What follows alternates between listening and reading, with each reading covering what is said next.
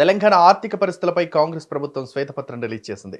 లోటు బడ్జెట్లోనే ఉందని కాంగ్రెస్ అంటుంటే, లేదు రాష్ట్రాన్ని అన్ని విధాలుగా అభివృద్ధి చేస్తామని ప్రతిపక్ష బీఆర్ఎస్ తిప్పికొడుతోంది. కాంగ్రెస్ కన్నా ముందుగానే అన్ని శాఖలపై శ్వేతపత్రాన్ని రిలీజ్ చేసినా ఇప్పుడు హడావిడి చేస్తూ అనవసర రాద్ధాంతం చేస్తున్నారంటూ సభలో బీఆర్ఎస్ నేతలు విమర్శలు గుప్పిస్తున్నారు. అసలు శ్వేతపత్రాల సంగతి పక్కన పెడితే రాష్ట్ర ఆర్థిక పరిస్థితి ప్రజలకు తెలియాలని కాంగ్రెస్ చేసిన పని ఎంతవరకు కరెక్టు? కాంగ్రెస్ చెప్పినట్టుగా ఎఫ్ఆర్బిఎం పరిధి దాటి బీఆర్ఎస్ అప్పులు చేసిందా? Let's watch the story. చెప్పినట్టుగానే తెలంగాణ ఆర్థిక పరిస్థితిపై రాష్ట్ర ఆర్థిక శాఖ మంత్రి భట్టి విక్రమార్క శ్వేతపత్రం విడుదల చేశారు. తెలంగాణ 6,70,000 కోట్ల అప్పుల్లో ఉందని తేల్చేశారు.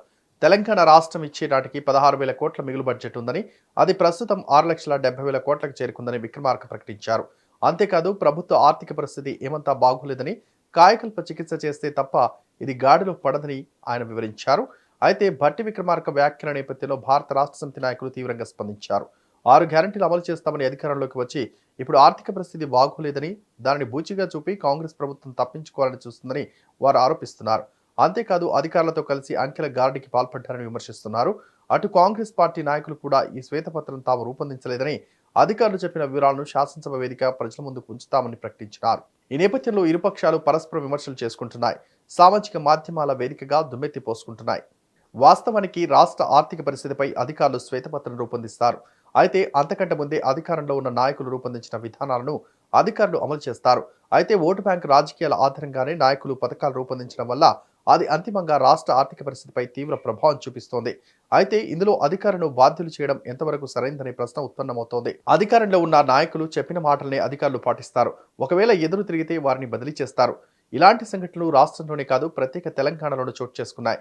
ప్రస్తుతం తెలంగాణ రాష్ట్ర ఆర్థిక పరిస్థితిపై అధికారులు వెల్లడించిన శ్వేతపత్రం సరైనది కాదని భారత రాష్ట్ర సమితి నాయకులు ఆరోపిస్తున్నారు.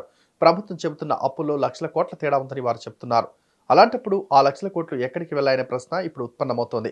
మరోవైపు గతంలో ఉన్న ప్రభుత్వం ఏమో తాము అభివృద్ధి కోసమే అప్పులు చేశామని ప్రకటించింది. ఆ అప్పులతో ఆస్తులను పెంచామని చెప్పింది.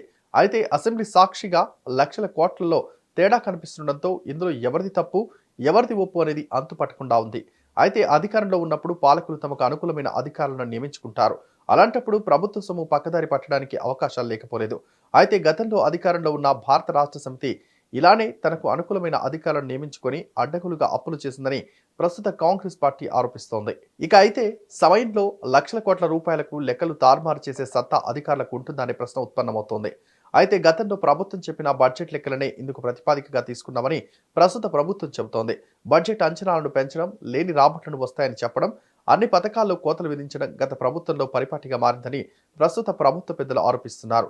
ఇదే సమయంలో లక్షల కోట్ల లెక్కలు తేడా ఉన్న నేపథ్యంలో వాటిని ఎలా భర్తీ చేస్తారనేది అధికారులకే తెలియాలి. ఎన్నికల్లో గెలిచేందుకు ప్రజలకు ఉచిత పథకాల ఆశ చూపెట్టి అడ్డగోలుగా కేటాయింపులు చేసి చివరికి ఆర్థిక పరిస్థితిని దిగజార్చిన పాలకులదే ఈ పాపమంతా. ప్రభుత్వం ఇచ్చిన పథకాలకు ఆశపడిన ప్రజలు కూడా ఇందుకు బాధ్యత వహించాల్సి ఉంటుంది. అంతేకాదు అధికారంలోకి వచ్చేందుకు అలవికాని హామీలు ఇచ్చిన ప్రతిపక్షాలకు కూడా ఇందులో భాగం ఉంటుంది. ఆర్థిక పరిస్థితి ఇలానే కట్టుతప్పితే పోరాడి సాధించుకున్న తెలంగాణ మరో వెనుజులా అవుతుంది అనడంలో ఏమాత్రం సందేహం లేదు. ఈ వీడియో కనుక నచ్చినట్లయితే please like and share and subscribe.